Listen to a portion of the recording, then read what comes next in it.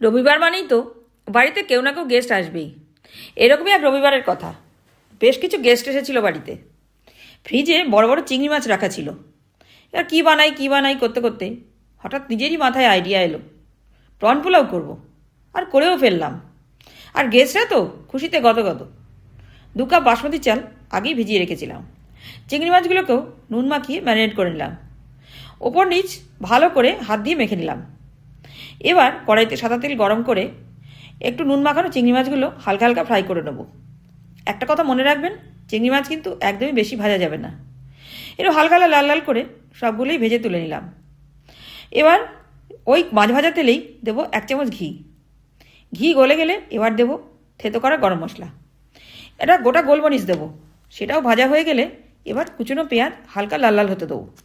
আপনাদের দাদা খালি সবসময় বলে একটু হাসো একটু হাসো। আচ্ছা, রান্না করতে করতে আবার হাসা যায় নাকি? তো দাদা যখন বলেছে হাসতেই হবে। হাই! এতক্ষণে পেঁয়াজটাও লাল লাল হয়ে গেছে। এবার দেবো হাফ বাটি আদা রসুনের পেস্ট। সেটাও কিছুটা ভাজা হলে 2টো টমেটো পেস্ট করে রেখেছিলাম, সেটা দিয়ে দেবো।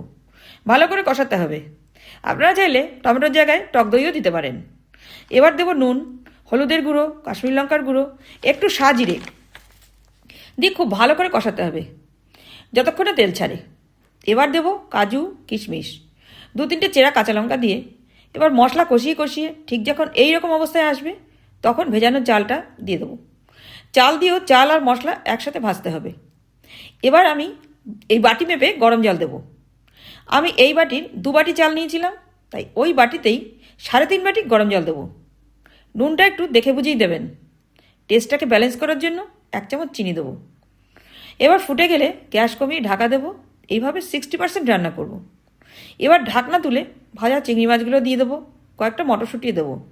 হালকা হাতে নাড়াচাড়া করে আবারও ঢাকা দেবো। এবার ঢাকনা তুলে আপনাদের দেখাচ্ছি, দেখুন পুরোটাই হয়ে গেছে। কত সুন্দর ঝরঝরে হয়েছে। চিংড়ি মাছগুলো একটুও ভাঙেনি। এবার সার্ভিং প্লেটে তুলে নেব। আমার গেস্টরা তো গদগদ হলো।